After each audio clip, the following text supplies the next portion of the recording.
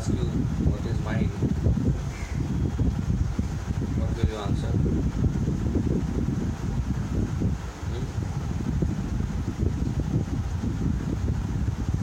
Nothing? Answer something. What is mind? Part of body.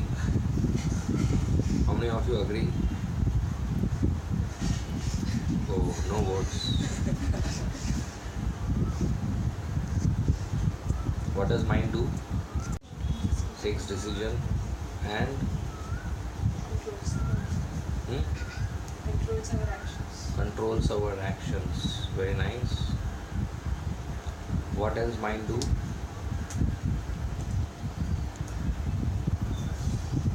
Gives commands. Gives commands. Thinks. You all think? Sure? You all think with what? Eyes, ears, liver, kidney. What do we use to think? Mind. Right? So mind is a thought generating machine. Mind keeps on generating thoughts.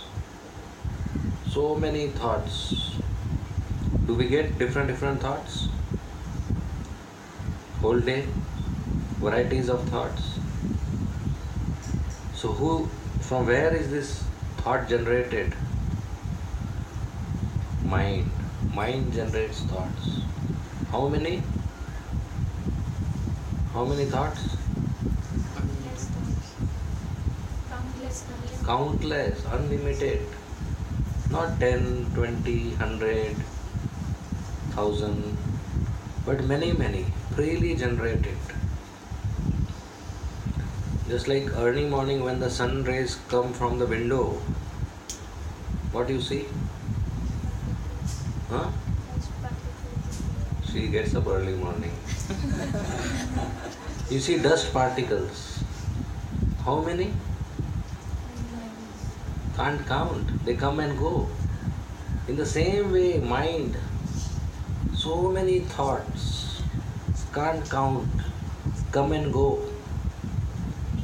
Even if all people are in the same area, say same room, doing the same activity, say attending the class, but all will have different thoughts. Here, so many of us are here. Can we say everybody will be having same thought? No, somebody is thinking, क्या चल रहा है? कौन आ गया? Somebody is thinking today morning, what happened? Somebody is thinking what will be dinner? Somebody is thinking tomorrow Monday I have to do this. Everybody has different thoughts. And the thoughts come and go. Come and go. You meet your friend, you start a conversation on one subject. After some time you see something else is being discussed. It goes on changing. That's mind. Takes one agenda, second agenda, third agenda, fourth agenda. Keeps on changing. So mind generates thoughts, generates desires, desire to have something. You walk on the road and you see ice cream parlor. Eyes will see ice cream parlor. Then mind will get involved. A desire. What desire? I'll eat ice cream. The mind will go in flashback. Last month I came same place, I had ice cream with my so and so friend. And that friend told me about so and so that. You go on, you don't even know from ice cream where you reached. So mind generates desires. Then mind is also seat of emotions, feelings. We have so many emotions, feelings. we experience love, hatred, anger, kindness, greed. So, where are all these emotions? In our stomach, kidney, intestines? No, they are in the mind. So, these feelings, these emotions, these thoughts, these desires, if they are in our mind, then they should help us. If anything is inside your system, it should help you or be your enemy. It should help us. So the emotions, feelings, desires, thoughts, they should help us. But often we see they don't help us. They disturb us. They disturb our routine. They disturb our work. If my finger is there, if my legs are there, if my arm is there, they should help this system. If they don't help, we'll have to go to doctor. Please repair it. It is giving pain. It is not allowing me to do my work. Right? So mind also should be like that. But many times we see that mind emotions sometimes is not helping us. That means some repair is required. If we don't repair, then the system will not function nicely. But we think it's normal. Chalega. Like anger. When we get angry, we think normal. Chalega. But that's not good. Because in anger, we forget that we should be respectful, we should be polite, we may speak insulting words to somebody, we may speak high volume to our senior family member. We will not ask you details. It happens, right? Anger is dangerous. Once, I'll tell you a true story. I read this in Times of India. This story happened in Sion. You are Sion? Nearby? Sion place? Sion station? So there was one boy and girl studying in an engineering college, and they got attracted to each other. They wanted to marry. So they approached their parents. The boy approached his parents, the girl approached her parents and said, we have selected each other as partner, we want to marry. And both the parents said, no, you can't marry this candidate. So the boy and girl were still attached to each other. So without the permission of parents, they got married. They call this love marriage. When blessings are not there, love marriage. But in our life, we should know without blessings, we will never be successful.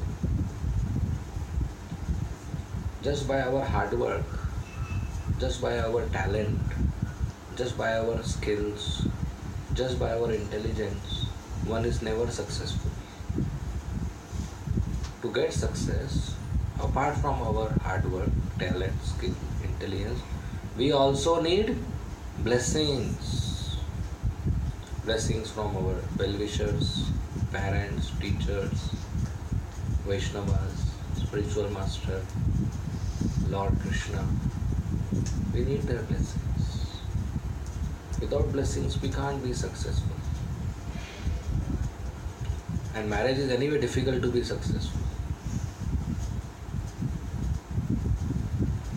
So this couple married, they took a flat in Sion, and the boy was engineer, started working. The girl used to take care of the house, and life was going on. Then after marriage, small here and there, experiences happen, quarrels happen. So they also used to have a fight. Two different individuals staying under one roof. It's not easy. Somebody was telling me, when marriage happens, the first year of the marriage, the husband listens. The second year, the wife listens. And rest of the years, the neighbors listen. So that's part of the relationship. So sometimes they fight in the morning, evening they'll be fine, like that. So after 1 year, they got a nice baby girl. And mother's full attention was to the new girl, new baby. Taking care of baby is 24 hours, especially for a girl who is first time, no experience, no support. That's why joint family is better. If you have a joint family, you give birth to baby, somebody will take care. If you are not joint family, you will have to take care. Difficult, not easy, 24-hour job. So this young girl, she was struggling with sleep, struggling with food, cooking, struggling with taking care of baby, because baby gets up at night 2-3 times, so you don't get sleep. Difficult. So when you don't get sleep, you become little irritated. So she would get little irritated. And where we will show that irritation? On the husband. Who else is there in the house? So their quarrels kept on increasing. And because of the baby, husband also sometimes would get late in the office. Tiffin would not be ready, shirt would not be ironed, shoes would not be ready, so many things. So he will get shouting from the boss in the office, every day you are coming late. So what will he do? Office mein boss, ghar mein biwi. Difficult situation. So one day evening, when he came back, they had a big fight. And out of anger, the husband didn't eat dinner. And she also didn't request. So husband slept without eating.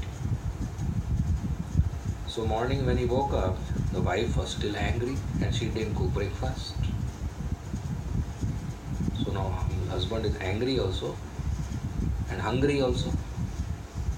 Anger plus hunger, deadly combination, very difficult to take care.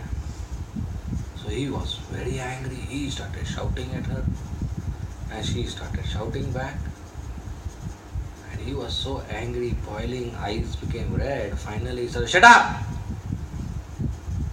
He shouted, "Shut up! Keep quiet or I'll throw this baby." The baby was in his hand. They were at the third floor. There was a balcony. He said, "I'll throw this baby." He just said in anger. Wife said, "Throw? Mera thodi, aapka bhi hai. It's not mine, it's yours also." And he threw the baby. Baby died. In 2 minutes they realized, they both jumped and committed suicide. Whole family finished in 2 minutes. Why? Anger. This is not a made up story. Real story. Real couple who jumped because they threw their baby over a small fight. So emotions, feelings, they can be dangerous. If we control them, then we can utilize them. But if they control us, then it is dangerous. Like a tool, knife. If knife is under your control, no problem, you can cut vegetables. If knife is not under your control, moving without your control, it will cut fingers, right? So anger is a tool, mind is a tool. For what? To do something productive. But if it is uncontrolled, if mind is controlled, our best friend. But if mind is uncontrolled, then our worst enemy. Can create havoc. When people are into depression, stress, tension, mental instability. They don't sleep at night. Doctor had to give them sleeping pills, and nobody can explain them what is good behavior. They go crazy. It's very difficult to handle such people. So mind can create so much instability in life if not handled properly. So it is very essential to understand what is mind and how to take care. Right? Do you think this is an important topic for our life? To understand what is mind? Is it extremely important? Then why don't they teach in school, college? If something is important, shouldn't it be in our syllabus? But it's not in our syllabus. Was there any chapter on mind in your biology, physics, chemistry, history, geography, mathematics? No? Why? There are so many chapters which were not important. Right? Spirogyra, Mucor, not so important as this, right? So why don't they teach this? Such an important thing, why don't they teach? Okay, not full research, at least one semester. Okay, not one semester, at least one syllabus, one chapter. Okay, at least definition they should teach. Definition, characteristics, physical characteristic, chemical composition, something they should teach about mind. No, forget definition, not even word. Why didn't our teachers, why didn't our education board include the study of mind in our syllabus? If it is important topic, it should be taught to us, but they don't teach. You know why? Because they don't know. They don't know what is mind, so how will they teach you? The teachers, the educators, the scientists, they don't know what is mind. So how will they teach us? Present science, technologically so advanced, up till now does not have definition of mind. See this? They don't know what is mind. So when they don't know what is mind, how will they teach us? How will they teach us to handle it? How will they teach us to control it? So how will we get better benefit, more benefit? So our education is lacking. Lacking in many subjects matter, including this. You all agree with me? Huh? That this is important subject? So we should know it. The reason science fails to understand mind is because the method of science, the way science works, is inadequate to understand mind. You know how science works? It is called method of reduction. You all are from science subjects? Physics, chemistry. Okay, no? Atoms, molecules. So the way science works is method of reduction, which means if I want to understand an object, I reduce it to fundamental particles. What are fundamental particles? Which one? Atom. Atom. बस आगे nucleus, right? आगे neutron, protons, electrons, आगे bosons, आगे fermions, quarks, etc. Right? So fundamental means final, smallest final. That's fundamental, right? Now they found so many fundamental particles. First, they said atom is indivisible part. Life was fine. Then Rutherford came. He divided it.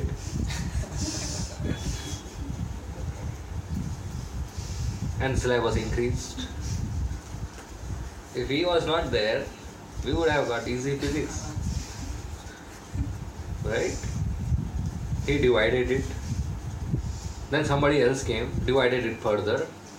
Then Niels Bohr came, and so many things he did, etc. etc. So now they have such a big list of fundamental particles, they stop using the word fundamental. Fundamental word is not used now because so many fundamental particles are there.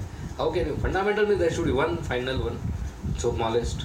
But they're going on finding fundamental, so they have stopped using fundamental.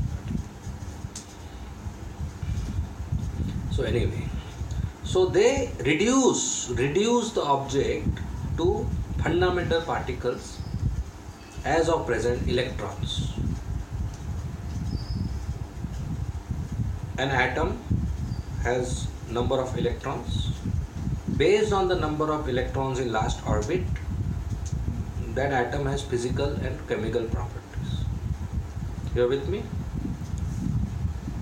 So if I understand the physical and chemical properties of that atom and another atom, and if they combine to form a molecule, and molecules combine to form an object, and if I understand atom, molecule, and how they combine, I'll understand the whole element or whole object. For example, water. If you want to understand scientifically what is water, break it into fundamental particles, you get H2O. Break it further, you get H and O. Then you study H, hydrogen. How many electrons? 1 or 2? 1. Oxygen? Final. 6. So you understand H, you understand O, you understand how they combine, you understand H2O, you understand water. Right? This is how we study. So by this you understood what is water? No. But you can say, yes, I understood. H2 plus O2 is H2O. Balance it by putting 2 here. 2 marks. Looks like, that's a great knowledge. But did you understand what is water? No. So when we reduce method of reduction, we reduce objects to electrons, we don't understand the object. Lots of qualities of that object slips away. You are with me? I'll tell you one story. So there was an electrical engineer, 1960s, very old, not very old, 50, 60 years old. He passed out in very good marks in Mumbai. So he got a job here. So he took flat, he took bike, he took television, he took juicer, mixer, at that time whatever was available. And he got settled. So he thought, I should call my family to Mumbai. I am settled now. So he called his wife and his son from village. They came and he had a young wife, village woman, village girl, and a 7-year-old boy, 6-7-year-old boy. So they arrived Sunday evening, छुट्टी का दिन, Sunday evening they arrived in Mumbai, and he brought them home, and he turned on the television.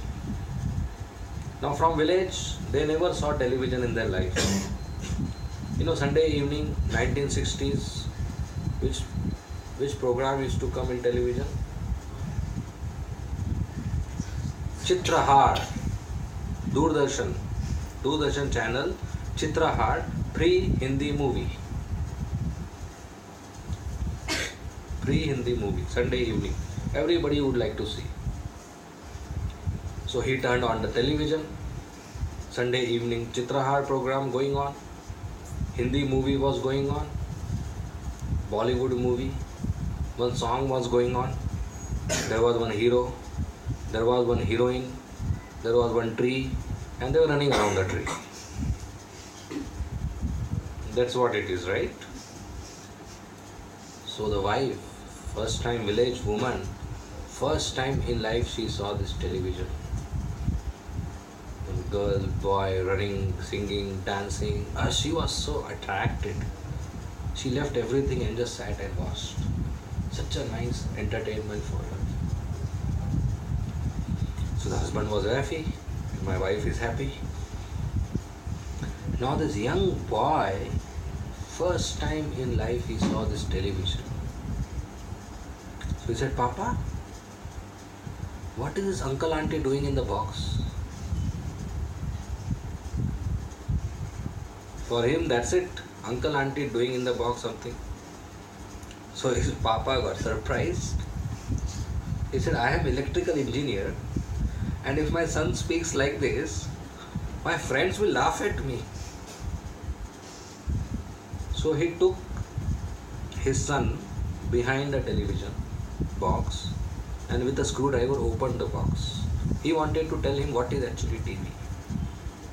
So he opened and he told, see, this is CRT, cathode ray tube, this is PCB, resistors, capacitors, transistors, wires, bus, anode gun, there is an antenna, there is a TV station, there is a signal, there is a screen, and the electrons are fired and they are captured on the screen. So whatever you see is electrons. This is what he learned in his engineering. Blah blah blah, he told the whole thing, whatever he learned. What will son understand? Same thing what we understood when Professor taught us. What we understood when Professor taught us this, that Professor is very intelligent. Right? So son thought, wow, my father is so intelligent. So he said, close the box. Again they came in front. Said, Papa, I have a question. He was happy. When you ask a question to professor, he is happy. Because one more chance to show his expertise, show his scholarship.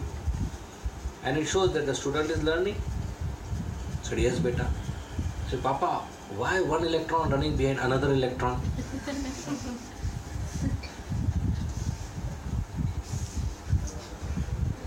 You got it? The hero running behind heroine. And Papa said all are electrons. So why one electron running behind another electron? Now based on theory of electrons, can somebody explain this? Because what you learn, two electrons, they attract or repel? Huh? Repel. But on the screen they are attracting to each other. So based on theory of electrons, can somebody explain why a boy or a girl gets attracted to each other? No. So when you reduce everything to theory of electrons, fundamental particles, lots of truth is slipped, is escaped. You can't explain. So love, anger, attraction, repulsion, attachment, detachment, kindness, mercy, envy, jealousy, all these feelings, emotions, moods, can they be explained with theory of electrons? They can't be explained. Because mind is not an object which can be reduced to fundamental particles. According to science, everything can be reduced to fundamental particles. Then only you can study it. But mind, you cannot put it in a test tube. You cannot do litmus test. You cannot do volumetric analysis. You can't do qualitative analysis. Why? Because mind is not an object as you understand, as science understands. We cannot isolate the mind and study it. If we want to understand mind, we have to reduce the method of reduction. We have to cut out the method of reduction. We need to have a new science, a new method, holistic science, where you understand the whole system. What is the whole system? Body, mind, intelligence and soul. You can't remove mind from this system and understand it. You have to understand the mind as part of the system. Body, mind, intelligence, soul. Body is this which you see outside. Inside there is mind which you can't see but which generates thoughts. Then there is inside intelligence, that also you can't see but which takes decision. Then there is soul, the living force. There is difference between mind and intelligence. Mind will generate thoughts, desires. But which thought, which desire to accept and which to reject, that decision is taken by a different unit called intelligence. And this all is possible because there is life within. And that is because of the presence of the soul. Just because soul cannot be seen or touched or heard, that doesn't mean soul doesn't exist. Just because our senses can't approach soul, access soul, that doesn't mean soul doesn't exist. Today I'll give you a mathematical proof of soul. Should we do that? Without board and chalk? So first I'll go with little fundamental of mathematics. Okay? If A is equal to B, then what is A minus B? Huh? 0? Sure? Good. Sit.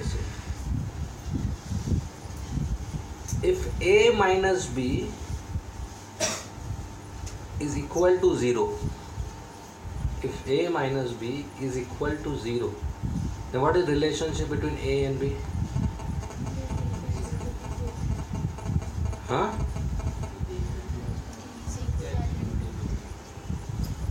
If A minus B is equal to 0, then what is the relationship between A and B? They are equal. Clear? Simple? I'll go a little hard. If A minus B is not equal to 0, then what is the relationship between A and B?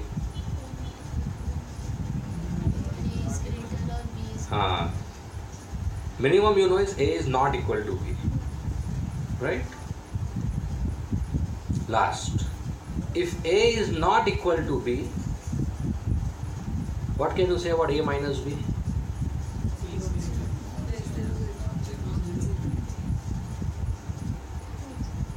Non-zero? If A is not equal to B, then what can you say about A minus B? Non-zero. So should be some positive or negative. Say X. Right? We don't know what is X, but we know X is not equal to 0. Right? Okay. Clear? Now we'll go to proof. If there is a person, live, living, and there is a dead body, lying down. If I burn the dead body, any problem? If I burn the living person, big problem, right? Why?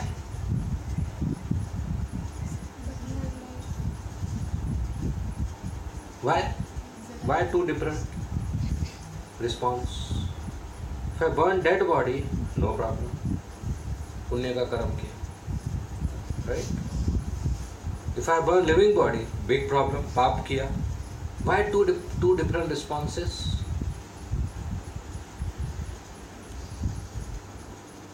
Because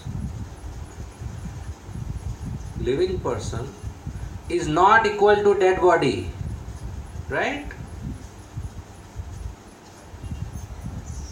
Right?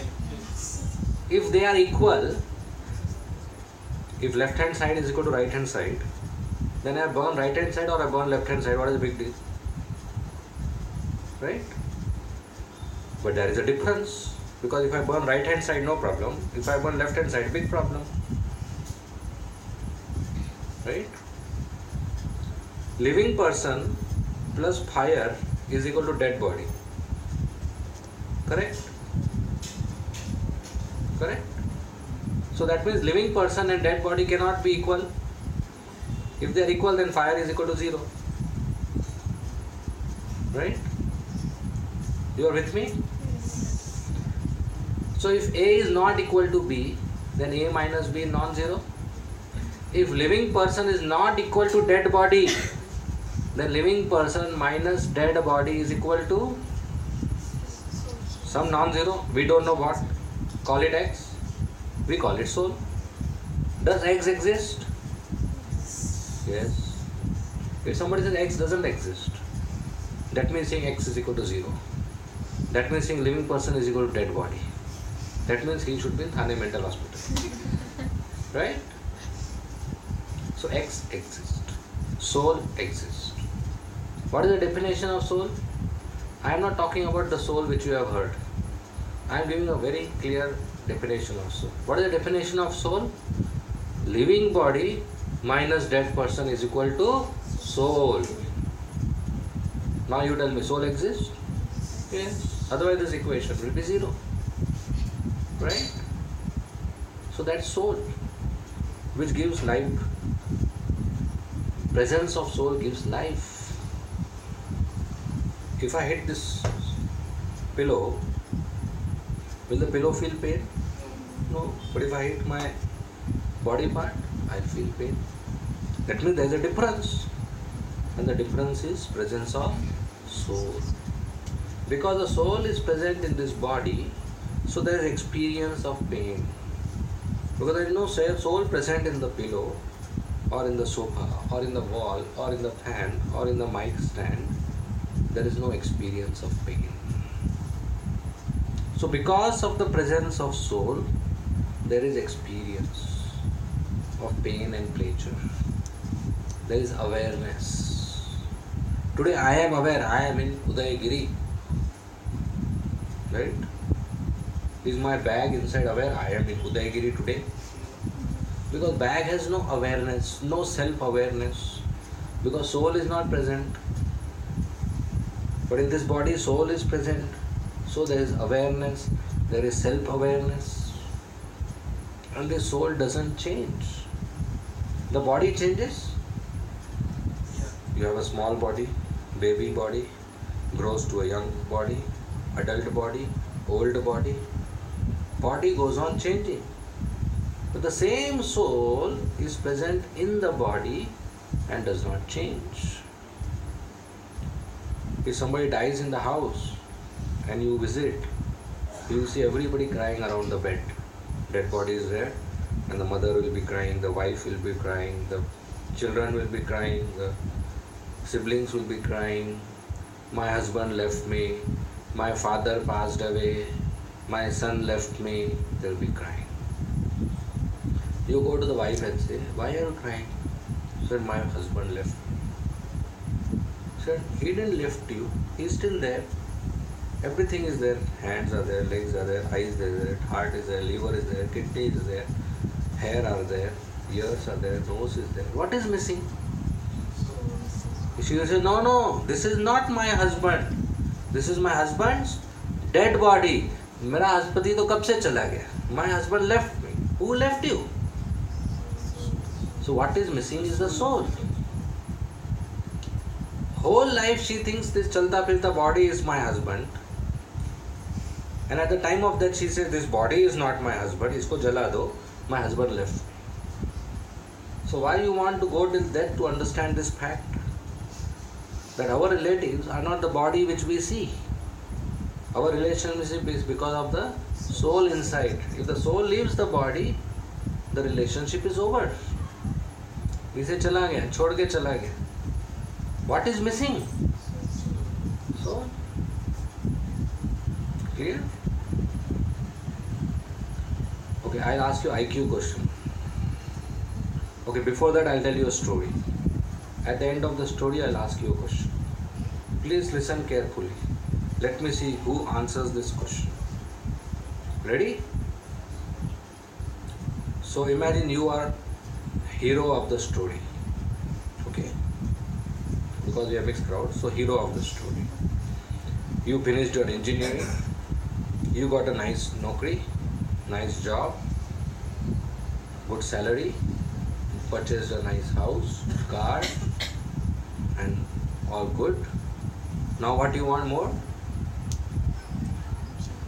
After job? Life partner, marriage, naukri ke baad chokri. And when you are looking for a life partner, it is not an easy thing. Because everywhere you see a girl, you think if she is a prospective candidate or not.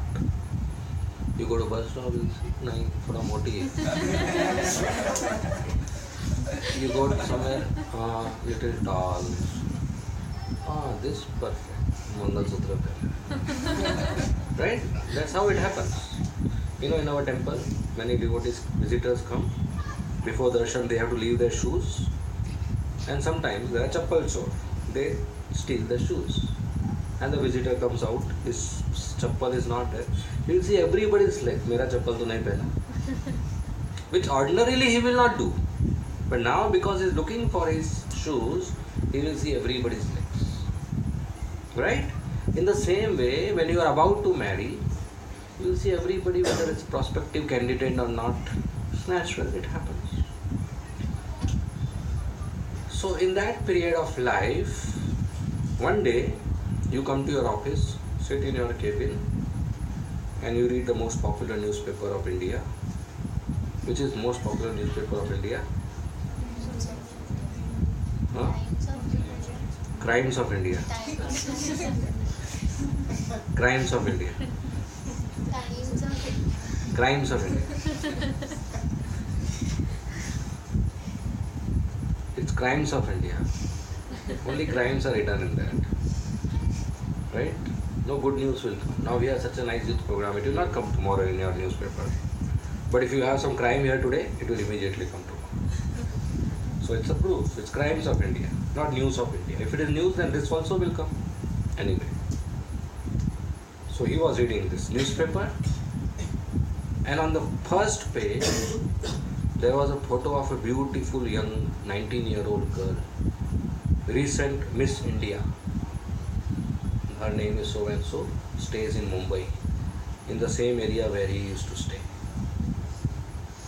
So he gets attracted. He said, oh, what will be your desire? To marry. If I marry her, life ban jayegi.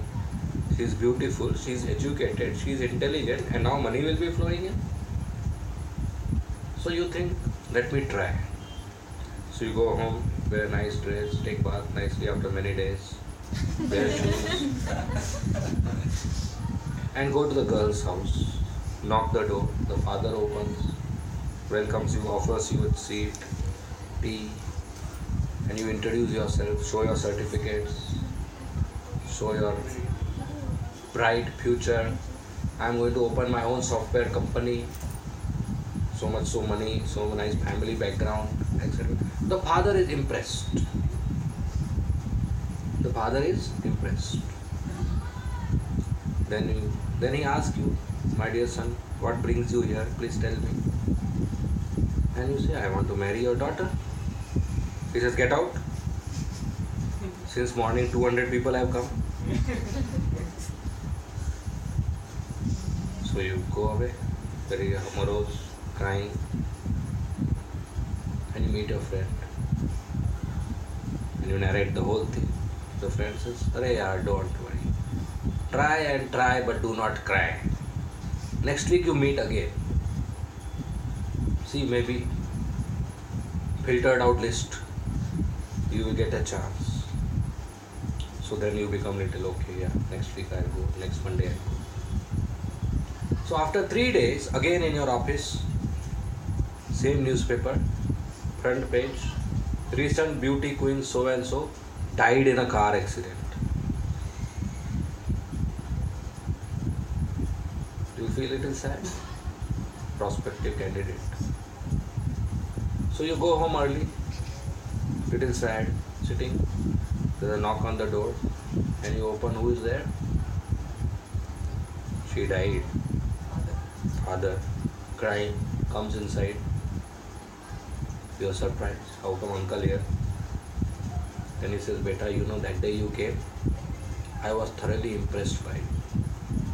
But I did a mistake. I should have accepted your proposal. Anyway, you please marry my daughter now. I agree. And he gives the dead body to you to marry. Now my question, very important question. Please think and answer. Will you marry?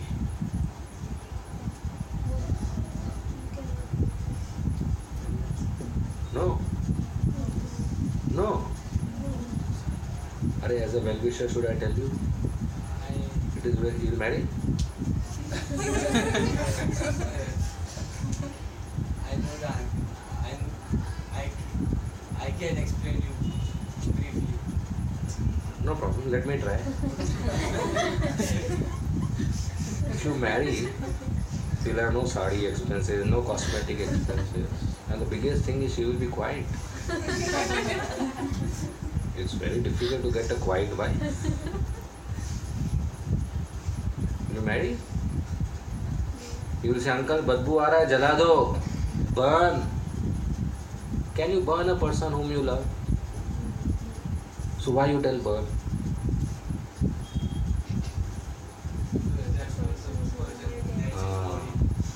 So even though you saw the photograph of the body and got attached, started liking, but that attachment and liking is to the soul, not to the body. Because when the soul left the body, you say jala do. If you really love, will you jala do? No, you will take, chalo fridge mein rakh dete hain. If you love, you will keep in the fridge. But you will say jala do, burn, burn, I don't want. That means the attachment, the liking, even though it was because of seeing the photo of the body, but it was because of the presence of the soul. Is the beauty queen still the beauty queen? The soul left, the beauty also left. So the beauty is because of the presence of the soul. All the good qualities are because of the presence of the soul. So when we like is because of the soul, not the body. But we don't realize this. We don't realize body is just a medium to interact. The actual interaction is taking place with the soul. Like somebody calls me on my phone and they'll say, Prabhu ji se baat kiya. Will they say Apple se baat kiya? I mean, I use Apple iPhone. No. It's just a media to interact. See, my body is just a media to interact. The actual interaction is with the soul. So how important is to understand the presence of the soul? But this also we don't consider. Nothing taught in the school, college. Nothing discussed in the family. So we are bereft of this knowledge. Soul is also called spirit. And the knowledge about soul is called spiritual knowledge. Other knowledge about matter is called material knowledge. We need both. So in school, college, you get material knowledge. In ISKCON, in satsang, you get spiritual knowledge. So we should understand that we also need this kind of classes. We have this youth program so that we participate and get knowledge about the soul, spiritual knowledge.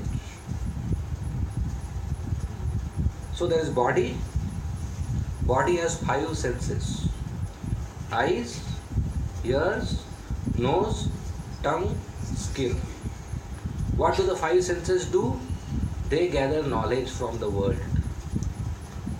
If you have 5 senses not functioning, then even if you're alive, you can't do anything. What will you do? Because everything, every awareness, every information we have is because of the senses. How do you know this mic stand is here? How do you know I am speaking?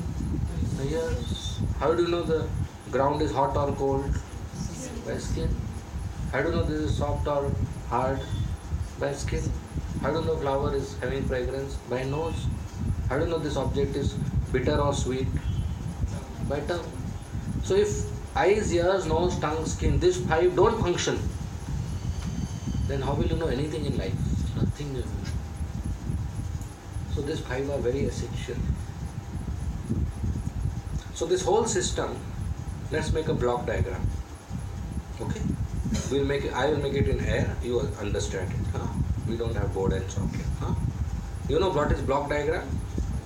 So there is one block body, another block mind, third block intelligence. Okay? So body has 5 senses. There are 5 inputs. So the input to the system is through 5 senses. Suppose there is a glass of water here. So my eyes will give me input. What? Water available. The input of the senses goes to the mind. And the mind, from the senses, what goes is called sense data. You know data? So this is sense data. So the input is called sense data and output of mind is called desire. So water available, this is input from which sense? Eye. Goes to mind. Now mind will give an output called desire. And what is it? Drink water. But can mind go and drink? No. So mind's output, the second block, is intelligence input. Clear? Intelligence will decide whether to drink or not. So eyes give input to the system which goes to the mind. Water available. Mind gives output desire. Drink it. But this output goes to intelligence as input. Then intelligence processes it. Intelligence will say, don't drink now, after the class, doesn't look good. Half an hour more, no problem. I'll say okay. Or intelligence will say, apne hi bache, no problem. Drink it in between, no problem. You getting me? So what intelligence decides, according to that, the body will work. Clear? Let's go to one more example. Suppose there is a young boy who comes out of his college and there is a pan tapri where pan, cigarette, bidi, tambaku, gutka is sold. So there will be a display of a cigarette. Cigarette available. Who will tell this? Eyes. Eyes will tell. Cigarette available. Input to mind. And mind will give an output, which is desire. And what is the output? Smoke it. Those who are smokers, they get that output. Those who are not smokers, sometimes they also get that output. Or say there's ice cream parlor. Ice cream available. This is the input. Then what is the output of the mind? Eat it. Right? So like this there are so many inputs and mind gives so many output. If there is a flower here, flower available. What will mind give output? Smell it. There is CD here, CD available. What will mind give output? Hear it. You are with me? So we go back to the example. Cigarette available. What does the mind say? Smoke it. But mind cannot go and smoke. So mind gives this output as an input to intelligence. An intelligence response. There are two types of intelligence. GI, BI. Good intelligence, bad intelligence. Everybody has it. So intelligence will respond. So we will not smoke cigarette. Cigarette smoking is not good. It is injurious to health. And written on the packet also. This is GI, good intelligence. Everybody has it. But mind doesn't say okay. Mind has its own way of working. Mind responds back to this output of intelligence. Say, look, we'll smoke only one. Research says, daily if you smoke 1 or 2 packets, you get cancer. One will not give you cancer. Many will give you cancer. Many smoking is injurious to health. One is not a big deal. Mind says. Then intelligence responds. So look, yesterday also you said 1 and had 5. Remember? So we will not smoke. So mind and intelligence, they have a fight. Every time. Whether it is over cigarette, whether it is over ice cream, whether it is getting up early morning over alarm clock, or whether after taking bath selecting which dress to wear. Mind and intelligence have a fight. Who is superior among mind and intelligence? Intelligence. Who wins? So when the mind wins, the intelligence directs the legs to walk towards the party stall, directs the hands to go in the pocket and remove money, directs the tongue to request for a cigarette, and he purchases a cigarette, smokes it, tongue happy, eyes happy, mind happy, intelligence happy. So mind is so strong that it most of the time wins, even though intelligence is superior. If intelligence is strong, then intelligence will win. And a strong intelligence can tell to the mind, no, we will not smoke. Mind बोलेगा चिल्लाता क्यों है भाई, ठीक है, डर जाता है. Mind will say, okay, let's go. But for that we need strong intelligence to shout at the mind, nasty mind.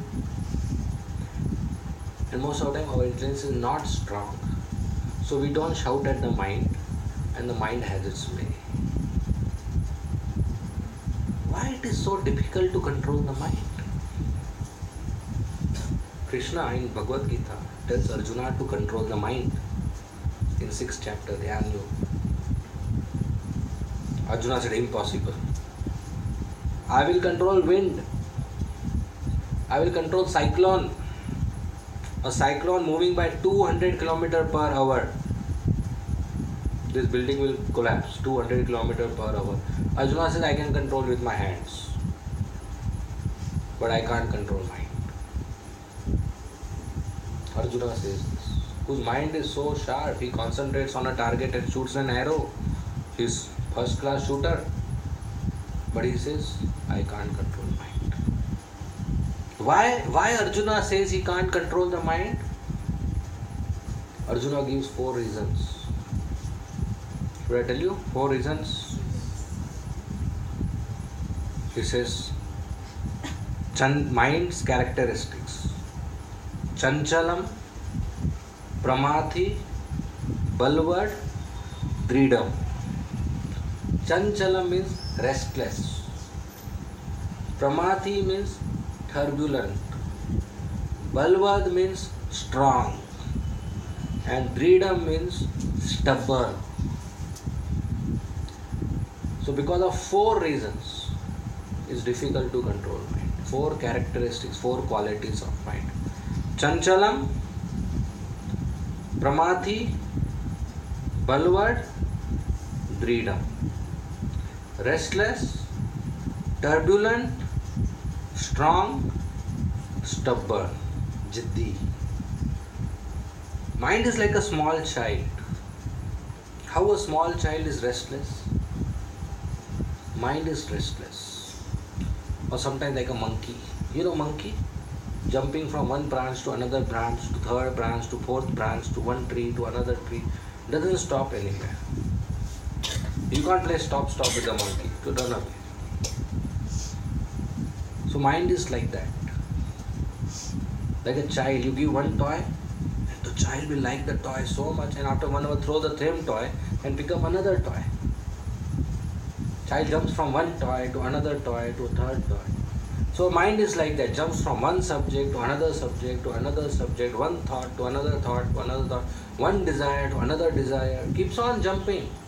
Restless, doesn't stop at one place. Especially when you go for shopping. And I think girls more. You choose one dress, red one so nice. No. Yellow one looks better. Oh, blue one I don't have. Oh, green one nobody has in the college. Oh, this one is more design. Oh, this. And finally after 2 hours you take the first one and go. Or even boys, t-shirt or shoes or mobiles nowadays. Difficult to choose. Mind goes on from one object to another object to another object to another object. Mad.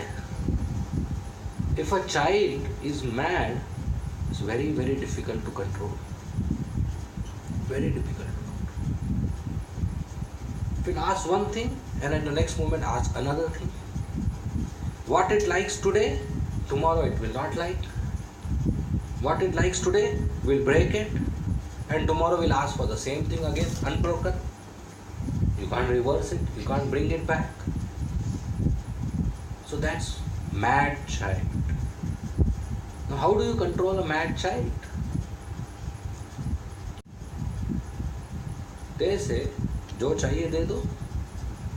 Whatever the child wants to give, the child will be controlled. But Arjuna said, ice cream. Mother gets angry. So whenever I watch TV, you disturb me. Just now you had lunch. Now keep quiet. He throws his books, starts crying. Tears come. Say, Mummy, ice cream. Raises his volume. Mother also raises his volume. Said, you naughty boy. I will tell your father, every time you disturb me, you keep quiet. He raises more volume. Mummy, ice cream. Mother also starts shouting. Finally, mother little bit slows down and says, look beta, this is not good ice cream. Today evening your father will come. We'll go to Chembur. Have natural ice cream. Now you keep quiet. Say, no mummy, I want ice cream. Starts crying, shouting, screaming. Finally, what does mother do? She goes, buy the ice cream. Lay. All tears reverse. What does he say? Mommy, thank you? No. Mommy, one more? One more ice cream? This is called Pramathi. Any problem? This is called Pramathi. Turbulent. Turbulent. Mind is sometimes very calm. But one small information, one small SMS from your friend can destroy the whole calmness. If whole day going nicely in the school or college and your friend comes and tells उसने आपके बारे में ये बोला, finish, whole day gone without verification. I helped her in the exam so much and now she speaks like this. Chalu, that's Pramati. Or imagine exams are coming 15 days later. You are studying and your best friend calls, let's go to cinema. And you say, no, I am studying, sorry. Done? And you study. Now you study, what will happen? Mind will start. That's called Pramati. Why did you say no? Best friend. Will say no, study important, exams are coming. Mind will say, when is the exam? After 15 days. How many subjects? 7 subjects. Each subject's preparation, how many days? 2. 7 2s are 14. एक दिन बचा ना, किधर मिलना है? That's Pramati, turbulent, calm mind, but suddenly can disturb you. So imagine a child is mad and violent. Anything you do breaks everything. How do you control such a mad, violent mind? Mad, violent child? Some mothers, they have a solution to this. They say, एक मारो ठीक हो जाएगा. Use force. Arjuna says not possible with the mind. Why? Because the third quality of mind is Balwad, strong. You can't use force. Mind is so strong. Even though intelligence is superior to mind, but mind is so strong, it overpowers intelligence. And the desire of mind has to be accepted. Just like in the family, especially Indian family, who is considered family superior? Father. And whose decision takes place? Same mind and intelligence. Intelligence is superior, but man ka chalta hai. That's because mind is strong. Sometimes we have an infection, we go to doctor, say 250 mg, but we take 250 mg, nothing happens. Again we go to doctor, he increases the dose 500 mg. So what has happened is the bacteria or the virus which causes the infection overpowers the effect of the medicine.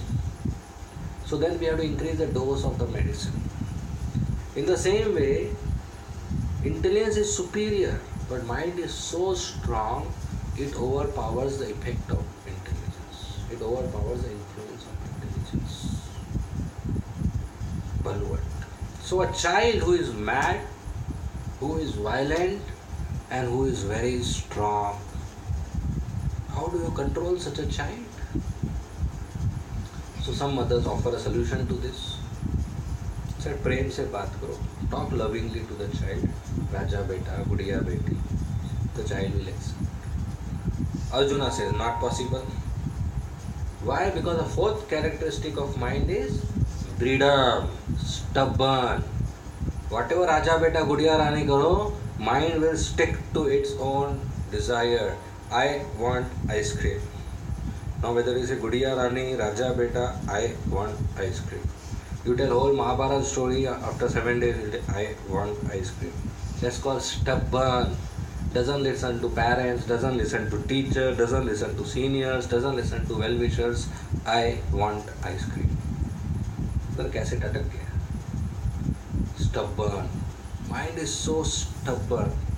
You heard in Hindi they call chikna gada. What is chikna gada? You know pot? Water pot. If you keep it upside down, it's called chikna gada. How much water you put doesn't stick, it will go away. So mind is like that, chikna gada. Whatever you say doesn't stick, go away. Stubborn.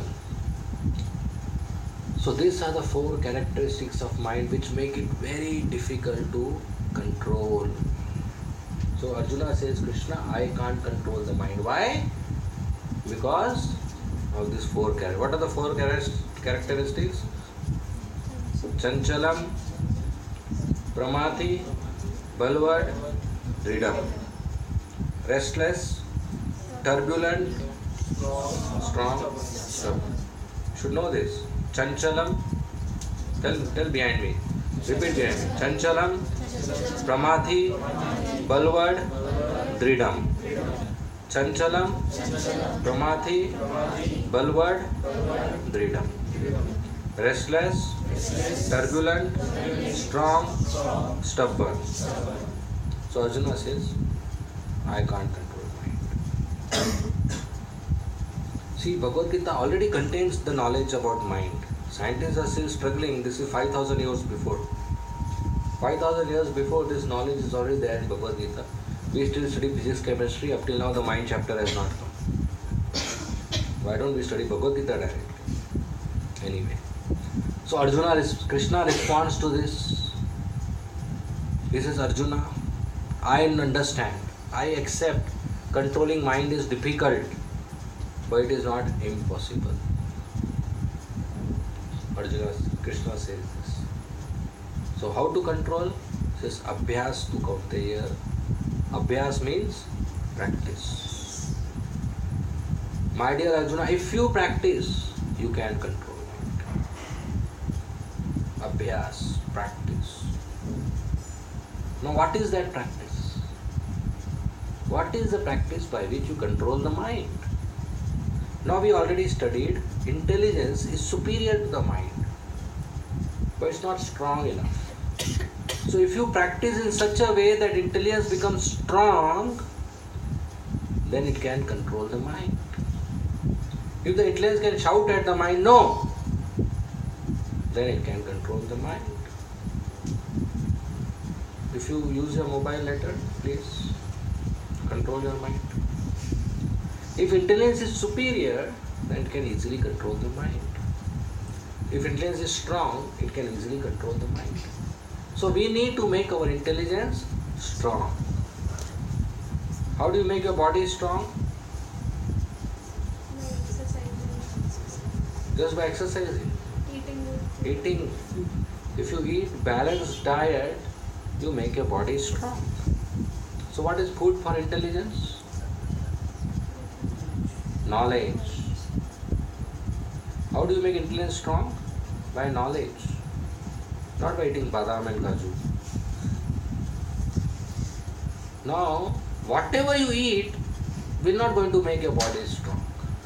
There is something called balanced diet, there is something called junk food. By eating junk food, your body is not going to become strong. By eating balanced diet, proper rice, roti, sabji, dal, fruit, milk, your body is going to be strong. So everything you hear and read is not knowledge.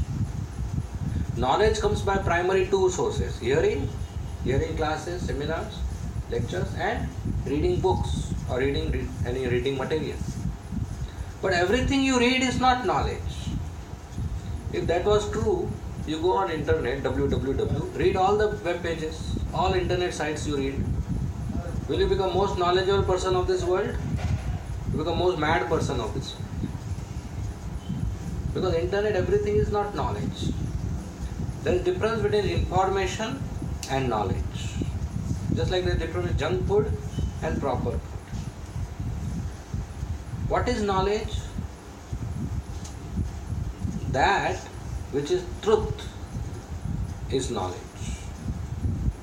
If something is false, can it be called knowledge?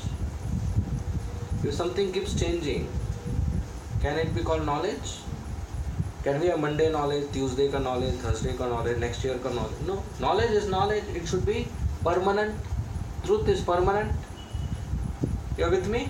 Yes. Knowledge is what is truth is knowledge, and what truth should be permanent. Can there be temporary truth? Can there be truth depend on time, place, circumstances? Chembur ka truth alag, Mankud ka truth alag, Vashi ka truth. No, truth is truth. Aaj ka truth, morning truth, evening truth. Truth is truth. So knowledge is that which is truth, and knowledge is that which is truth is that which is permanent. So if you get permanent data, permanent reading and hearing, that is knowledge. Now what we study in school and college, is it called knowledge? Yes. But is that permanent? Is it truth? No. Why it is not truth? Because it keeps changing. Every 5 years the syllabus changes. We are not against it, but let us not call it that knowledge, because it is temporary. It is changing. What you study today, few years before, a different topic and syllabus was studied. Few years later, some different syllabus will be studied. So it cannot be called permanent knowledge. For example, Pluto. How many planets are there, do you know? 8. First there was 9.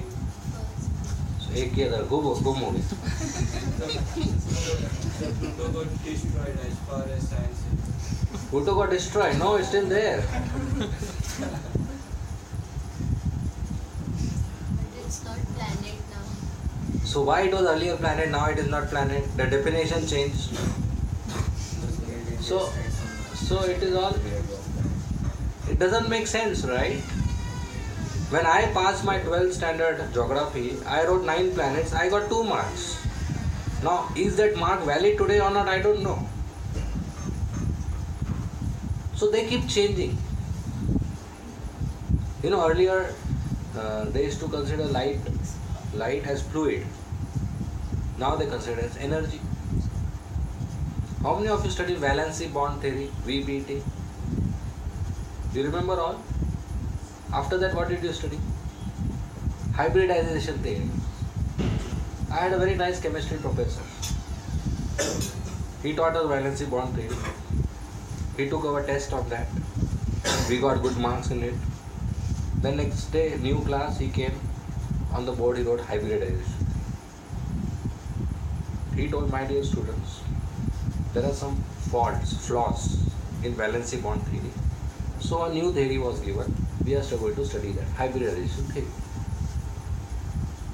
So we asked the question to him, then why did you teach that? Directly you could have taught this. He said, oh, that was in the syllabus, so yes.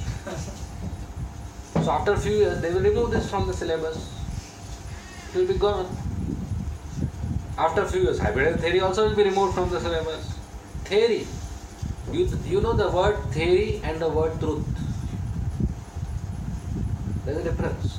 Theory means it is not truth. It is theory. Truth means truth. Permanent. So what we study is information.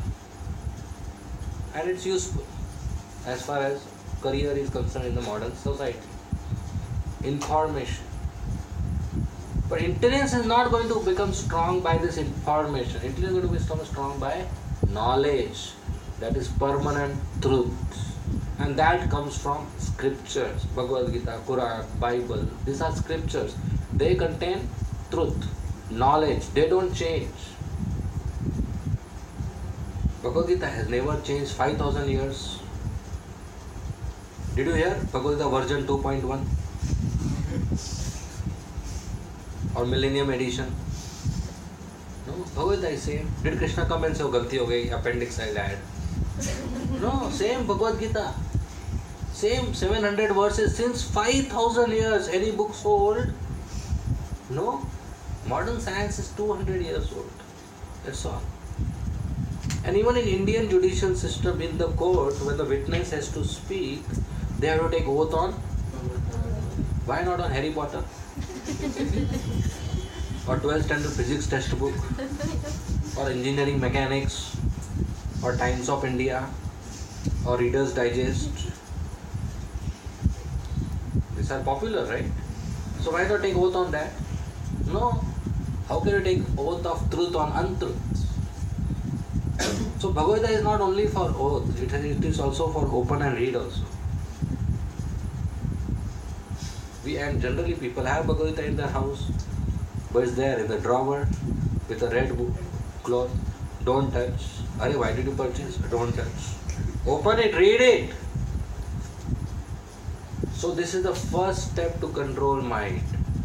What? To make our intelligence strong. How? By reading Bhagavad Gita. By hearing classes on Bhagavad Gita.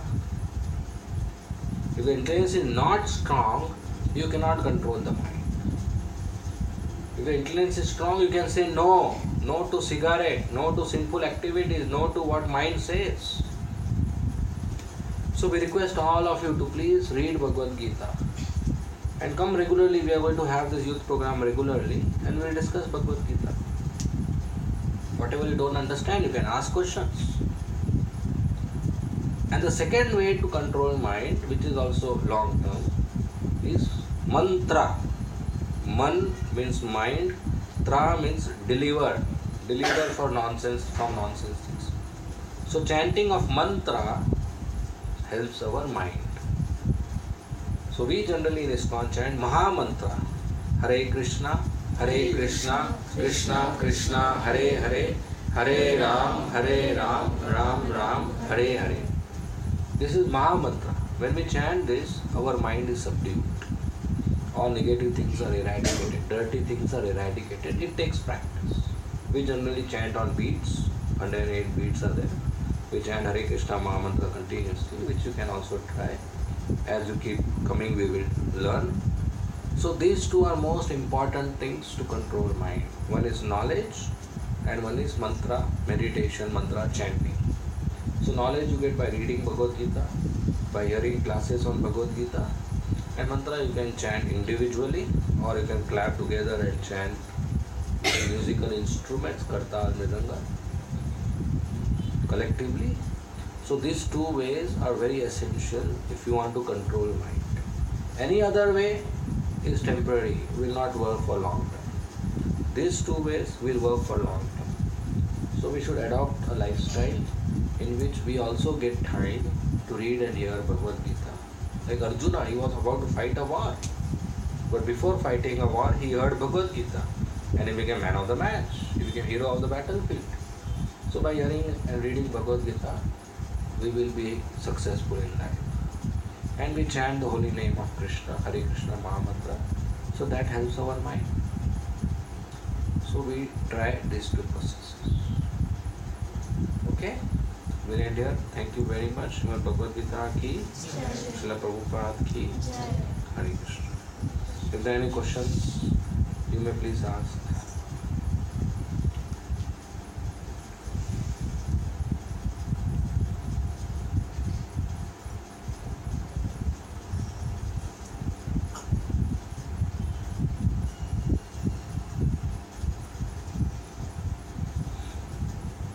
Yeah, any questions if you have? Yes. We get to know about the knowledge that we should chant and that is how we control our mind. But many a times it happens that we have a desire to chant, but then we somehow try to convince ourselves that we are busy in our material engagements and tend to keep our chanting aside and give importance to the material things that we have at the moment. How are we supposed to silence that kind of desire that comes up in the mind to not to chant and take up the material activities and waste time? So if you more and more hear about the value of chanting, you will give it priority. Now we know the value of our material things. Like if a WhatsApp message came, there is a very big value to reply it or at least see it. So we give value to our mobile, to our friend. So we give value to Krishna also. He is in our heart. So if you understand the value, you will not avoid it. Second thing is, you do out of duty. Right? Some things we may not understand value, but it's a duty we have to do. So we just do it without giving way to laziness. That this is our duty, daily I have to do, so we do it. And third thing is, if you be with nice friends who are chanting, nice devotees, you will take up that quality. Right? If you are with friends who whole day talk about football, you will take up football. If your friends who whole day drink alcohol, you will take up alcohol. If your friends who whole day talk about chanting, you will take up chanting. right? Jaisa sang वैसा रंग. The way you have friends, company, accordingly you take up habits. So you have friends who are chanting, you will take it up. Okay. Yeah. Any more questions? Yes. Sometimes when I'm alone, my my my my good intelligence and my bad intelligence had come into a conversation, and then that time there is standing problem. कोई बात नहीं, continue. And on that time, no one wins, and I stayed confused. So when we are confused, we seek help. Arjuna was confused whether to fight or not. So he asked help from Krishna. And Krishna make him understand that it is Kshatriya duty to fight. So when you are confused, you seek help. You seek help from Guruji, seek help from teachers, you seek help from elders. They will help you. And confusion will be over. Right? If you go newly on the road and you want to go to a particular address but you don't know, and there are two left and right, you not sit and think about it. You just seek help. You just ask bhai sahab, ye jagah kidhar hai? You say go left. You go left, finish. Why to sit in a room and think about it? Seek help. Finish. Somebody is more experienced and well-wisher, he will help you. Okay? Seek help. Yes. And then when it comes to accepting that help, and that again comes dealing with the mind and the intelligence, so how to go along with that? So if you have help from a well-wisher, then you understand the well-wisher is telling for my benefit. I may think of something else, but this is for my benefit. More experienced, more trustworthy person. So let us try this. Since childhood, your mother, father is a well-wisher. Whatever they told you up till now has helped you. That's why you've grown up. Right? So whatever they tell you now also will help you. So if there is a confusion, then we seek help. And we understand this is a well-wisher. If I follow advice, it will benefit me. So we do that. If still our mind rebels, we can ask reasons. As we are growing, we need reasons, we need conviction. We don't want to blindly follow. So nothing wrong in that. We ask reasons. Why to do this? Why not to do this? Right? And when we understand intellectually, it's easy for us to follow. Right? So we like to follow our mind because it's freedom. There is nothing wrong in freedom. But if mind is not in control, knowledge is not there, then mind will take us to negative things, sinful activities. That happens. So better to seek help from trusted well-wisher who is experienced senior. So then life is much better. Okay? Any more questions?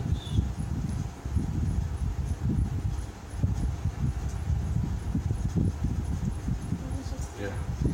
Sometimes in our devotional practices, when we tend to chant or wish to go to temple, and our parents are like, you need not go that far, just for temple is here also nearby, you can go there.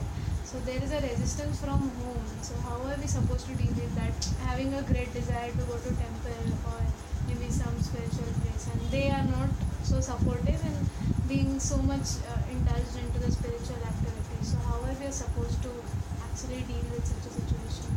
Yeah, so we don't disturb peace in the house. It depends on what extreme is the situation. If it's not very extreme, we can politely explain them. We like this place, we learn a lot. I become more happy and peaceful. In fact, you also come.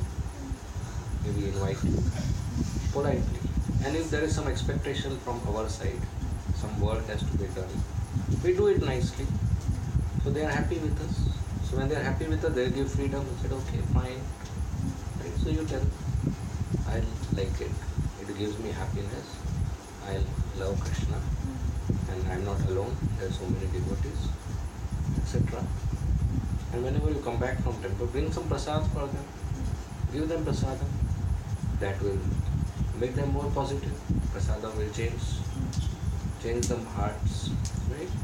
So we don't disturb peace. We explain them politely, and we visit. If it's an extreme situation, it requires a different approach. But in general, a polite, peaceful way will sort it out. Okay. Any more questions?